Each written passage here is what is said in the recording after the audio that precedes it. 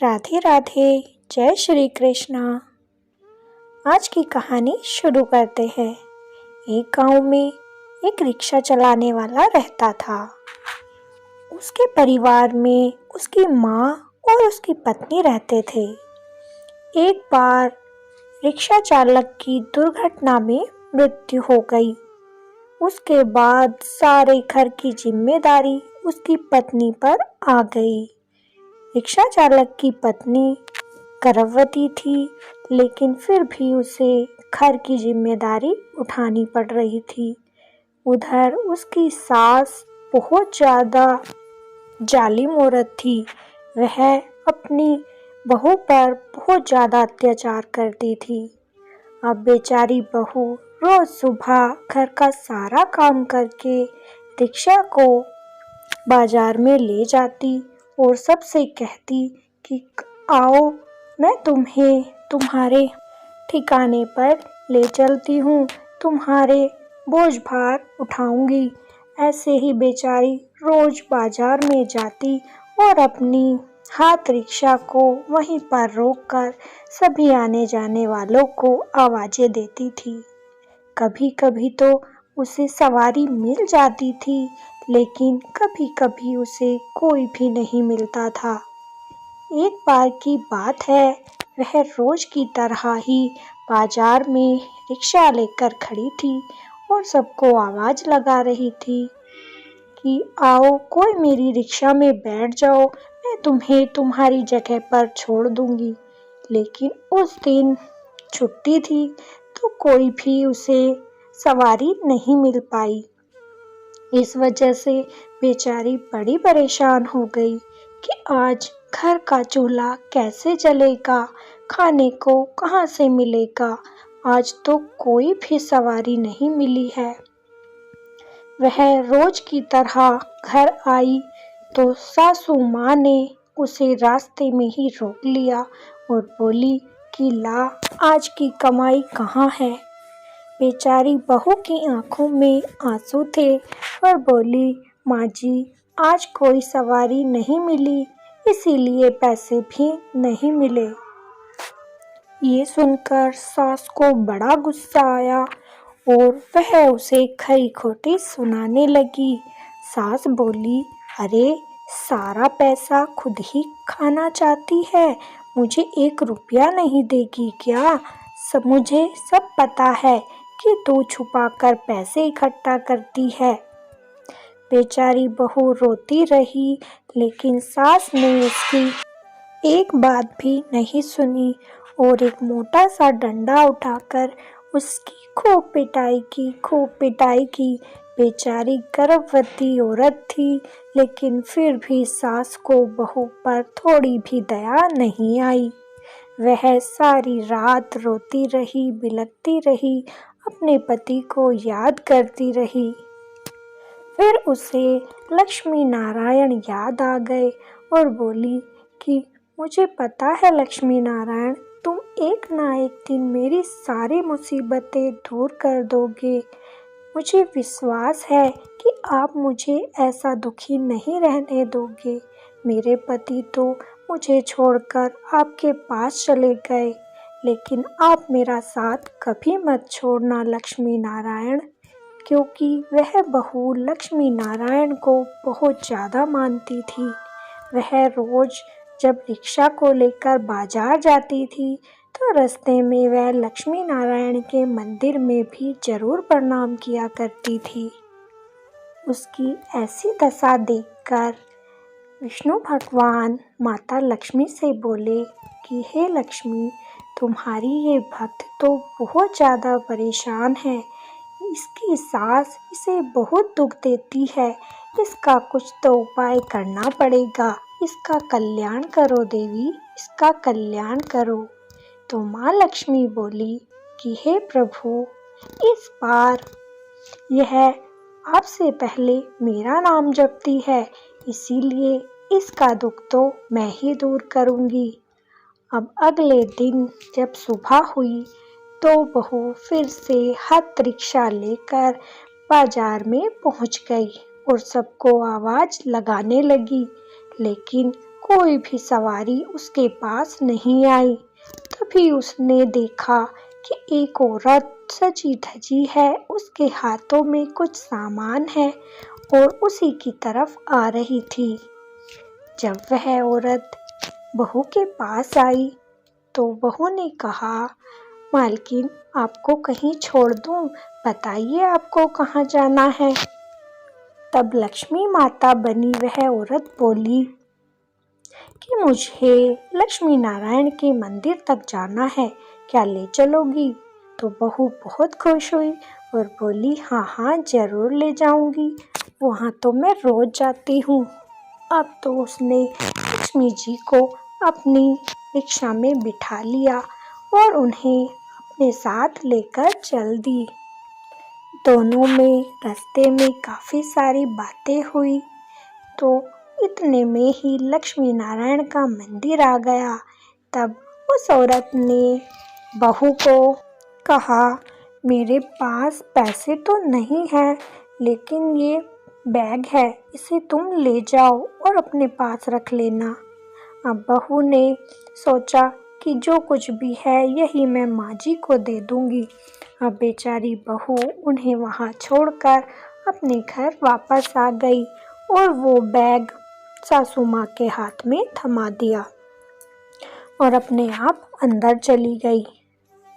तब सासू माँ ने सोचा कि इस बैग को एक बार खोल के देखती हूँ कि इसमें ये बहू लाई तो लाई क्या है।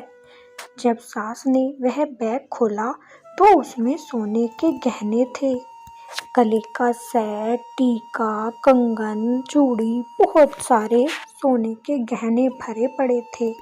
ये देखकर सास को लालच आ गया, उसने वह बैग छुपा दिया और बहू को खाना बनाने के लिए भेज दिया। अब अगले दिन उस दिन बहू की तबीयत थोड़ी सी खराब लग रही थी, लेकिन सास ने कहा कि जा कुछ कमा कर ला। बहू बोली, माँ जी आज मेरी तबीयत थोड़ी खराब है, आज मैं नहीं जा पाऊंगी। लेकिन सास ने उसे मोटा डंडा दिखाते हुए फिर से डरा दिया और कहा कि अगर तू नहीं जाएगी तो मैं तेरा मार मार के भूसा बना दूंगी। बेचारी बहू अपनी खराब हालत में ही हाथ रिक्शा को लेकर बाजार में चल पड़ी और फिर से वह लोगों को आवाज़ लगाने लगी। लेकिन उस दिन भी वही औरत वहाँ पर उन्हें मिली तो बहू बड़ी खुश हुई और बोली, आज भी लक्ष्मी नारायण के मंदिर जाना है क्या? तब लक्ष्मी माता बोली, हाँ आज भी मुझे लक्ष्मी नारायण के मंदिर ले चलो। तो बहू ने उन्हें फिर से अपनी रिक्शा में बिठा लिया और उन्हें लेकर चल दी। अब रास्ते में ही बहू को अचानक से दर्द शुरू हो गया। वह बोली, मालकिन आज मैं आपको मंदिर तक नहीं ले जा पाऊंगी, मेरे पेट में बहुत तेज दर्द है, मैं सहन नहीं कर पा रही हूँ। और बहू वहीं पर गिर पड़ी। तब औरत बनी लक्ष्मी माता जी ने उसे कहा, तुम चिंता ना करो, तुम्हें बच्चा होने वाला है और ये उसी के दर्द शुरू हो गए हैं, मैं तुम्हें अभी हॉस्पिटल ले चलती हूँ। अब बहू को लक्ष्मी माता ने रिक्शा में बिठाया और उन्हें हॉस्पिटल तक ले गई।